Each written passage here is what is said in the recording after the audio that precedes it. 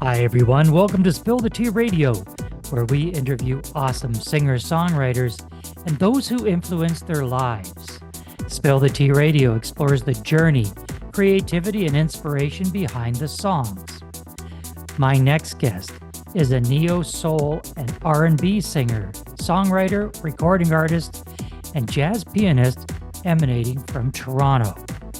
Known for his signature style, he blends sublime lyricism with groovy beats, trademark harmonies, and soulful chord progressions that simply complement his euphonious vocal tones.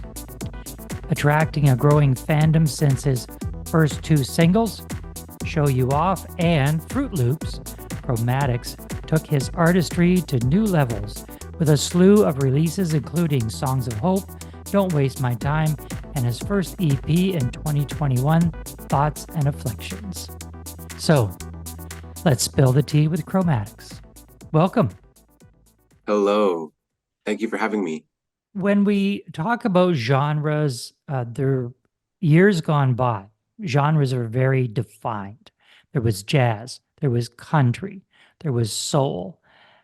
Today, the lines seem to be getting a little blurred. So when you use the term neo soul to describe your music, what is neo soul?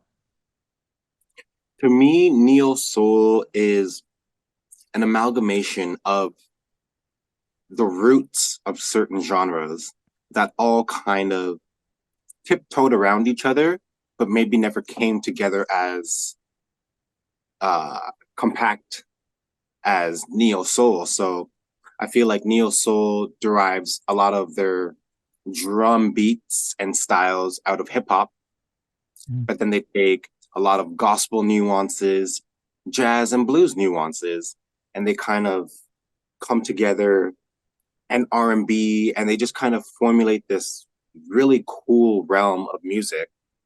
I remember in the early 90s, people like Erica Badu, Questlove from The Roots, D'Angelo, Raphael Sadiq, they'd all bounce around in each other's studio at Electric Lady, and they just created this new wave of that hip hop influenced R&B jazz kind of music. And when I started hearing it at an early age, my ears were just like, what is happening? Especially with the piano players. I'm like, they're going out of the key and back in and they're modulating and it's all just so cohesive. And so I remember telling my teachers like what's going on here, and even they had to dive in a little bit deeper because they were like, this is a very cool world that they've constructed. And so Some people might say to you, Chromatic, oh my, you're so lucky you got that commercial deal. But those things don't just, land on your desk. It takes hard work and connections to get those types of things. How did you create those types of opportunities for yourself? I think, again, advocating for yourself. So don't be afraid to not throw it in people's face, but if somebody, again, as a bartender, there was this lady who I served and she connected with me and she just decided to ask me, like, what do you do outside of bartending? And I was like, I'm actually a, emerging artist who's trying to get himself out there. And I produce, I songwrite, I do this, I do that. And she's like, oh, well, I work for a music house. And so she ended up giving me her contact, kind of telling me some of the companies she was affiliated with. She was kind enough to, after following up with her, help me craft some emails to some of these companies. And after hearing a bunch of no's, or we're not hiring right now, or we're not looking, turns out a company showed interest in me, took me on board, and kind of gave me opportunities as they slowly saw what I was capable of doing. And so again, it didn't land in my lap. The lady was super surprised that I followed up with her. She's like, I meet tons of artists and I give my email up. And she's like, nobody follows up with me. She's like, you're the first person. So you're already 5 steps ahead. Keep doing it. Keep pursuing it. Keep putting yourself. When I've talked with songwriters about writing about experiences, and you've had a very interesting life. And a lot of those things that you mentioned right now uh, are things that you are dealing with at this stage in your life.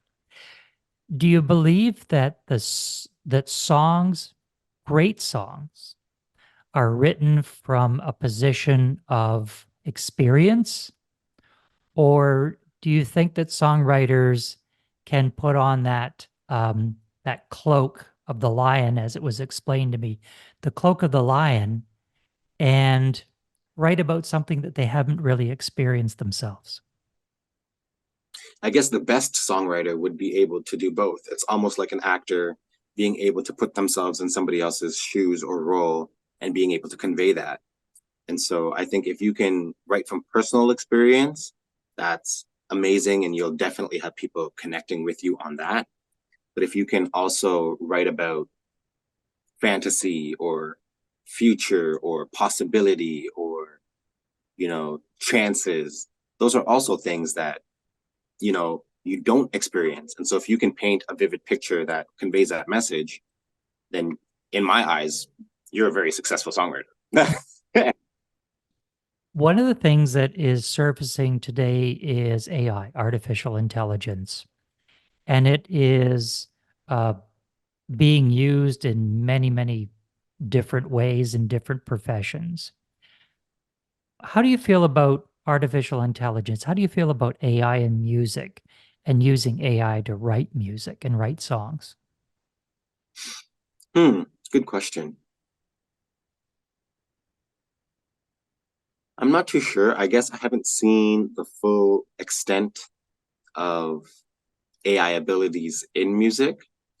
I've seen some friends go to like a chat GPT for lyric ideas or themes, or some people treat it like a thesaurus or a dictionary. Um, I don't know. If you treat chat GPT like a brainstorming idea or a tool, and then you take from that and then craft your own, that's one thing. Sure, it's a helpful tool maybe, but I'm not the biggest fan of incorporating AI into music. Mhm. Again, I just go with that, like being authentic, learning your craft, whether it be producing, piano playing, songwriting, singing, and figuring out what's you. But if you use all these helpful tools, you may not figure out exactly who's you because you have so much help from the AI or from the Mhm. whatever tools you're using. I understand from songwriters uh, that I've interviewed and that I've listened to when they talk about the songs that they put on an album. So let's say there's 8 tracks on an album, and they like there's one or two that they really really love, and then there might be six that are three that might be mediocre. There's a couple of throwaway tunes that they don't necessarily love, but they need some filler space. We'll call it filler space. And the tracks that they loved and thought were going to be absolutely spectacular end up tanking, and the ones that were throwaway songs end up being the big hits. Have you experienced that, where a song that you thought, this is going to be killer, this is the one, and it doesn't get the response, but then you write something else and people, and you say, what is wrong with people? How do they resonate with this song? I'm in the midst of that right now. So I have a collective of people I've shared this album with just for some feedback. And there's two songs in particular. One was like maybe a throwback R&B kind of vibe. And the other one was maybe like super upbeat and funky, like really rhythmical and melodic. And I was like, oh, I know my friends, like people that I share this with, these are going to be the two songs that they're like, yo, these are the ones.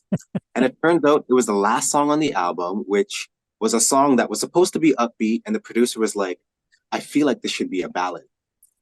We went a Really? completely Hmm. different direction. And the song is personal, but it just wasn't a song that I thought people would be drawn to. And almost everybody I've shared it with has been like, no, no, no, no, no. I know you like those two songs, but that last song, and I'm just like, okay. You can't The argue audience with the has people. spoken. You The can't people have argue with spoken. the people have spoken. You can't argue with the people. Well, let's get into one of the songs that Kromatix wrote. This song has elements of disco and a funky bass line combined with smooth modern R&B. Let's take a listen to singer-songwriter Kromatix and his song June 4th. Didn't think you'd come my way. Never thought you'd make me feel this way. Didn't think you'd come my way. Never thought you'd make me feel this way. Get it off my chest. I'm falling for you. Butterfly effect.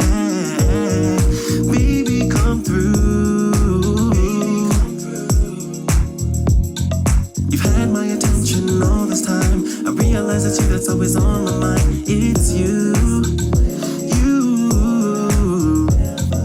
On cloud nine, you got me feeling high. Your smile leaves me feeling starry-eyed. Yes, you.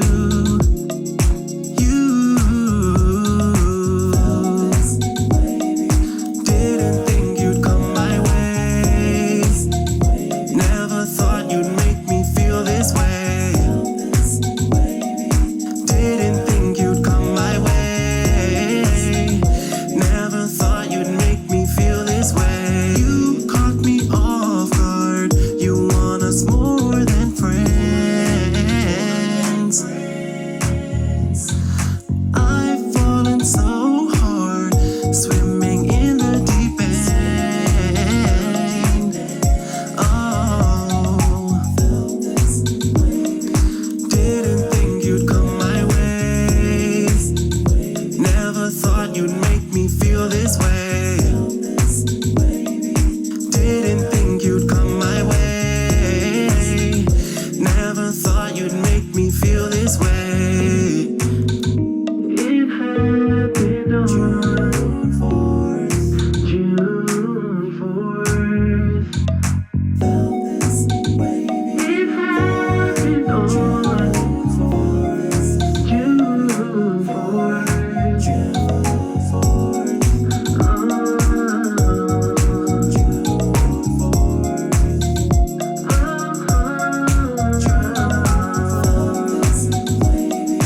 Didn't think you'd come my way. Never thought you'd make me feel this way. Didn't think you'd come my way. Never thought you'd make me feel this way. Didn't think you'd come my way. Never thought you'd make me feel this way. Didn't think you'd come my way. Never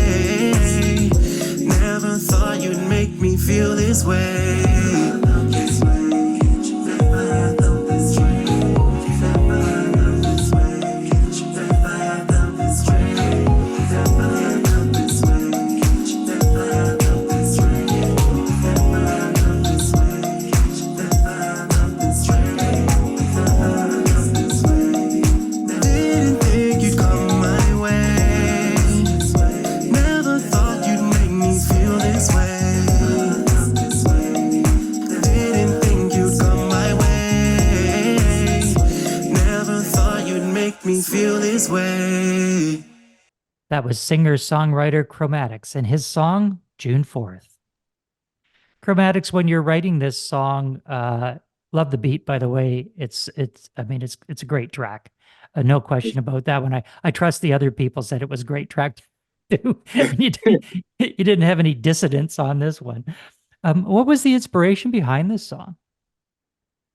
So that song was about a girl who, again, we were friends for quite a while, and we had a lot of mutual friends. We had crossed paths and gone to the same events and stuff like that. And, we even had done some music together.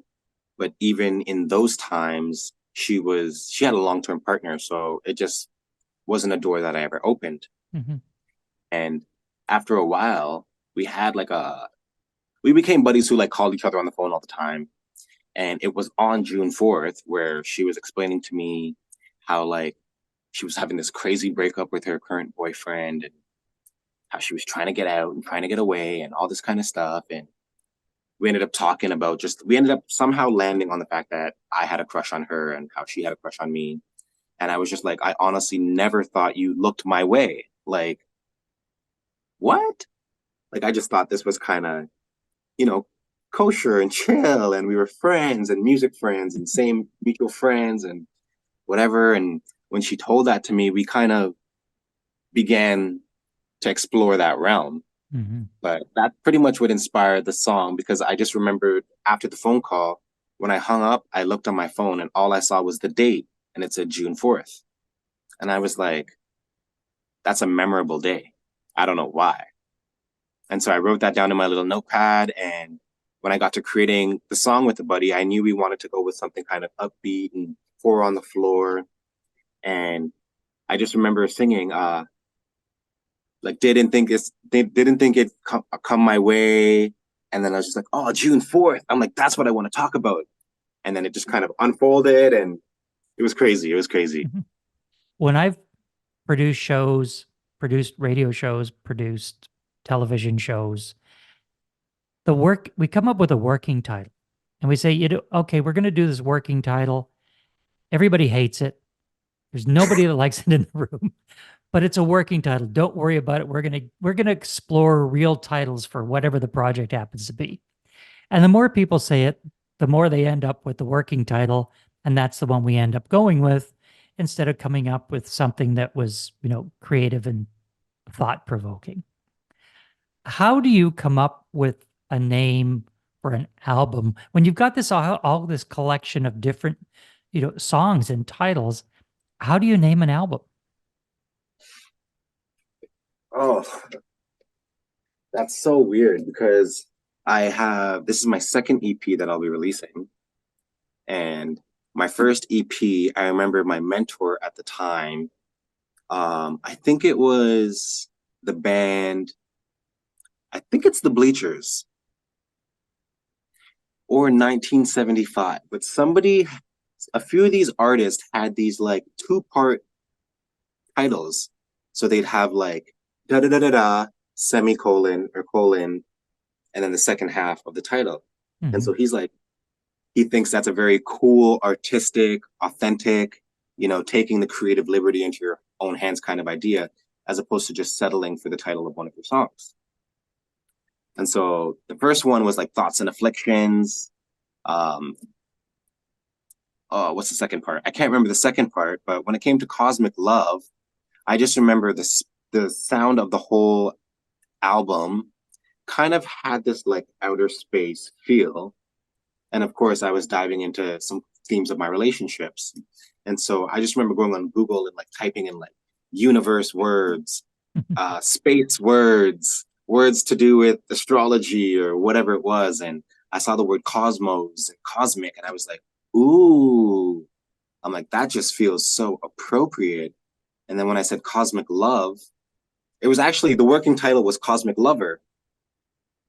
And then I was like, no, I feel like Cosmic Love, that just ties it all together. And that's kind of how it came about. So Kromatix, how do people find out about you? What about your music? What's your website, your socials? Where can they go to find out where you're going to be gigging next? On my socials, you can find me at Kromatix, Kromatix, with an underscore. My website is kromatix.co. And there on my website, you can also find dates to my upcoming performances, as well as on my Instagram. We have been in conversation with Kromatix. Thanks for being with us today. Thank you for having me.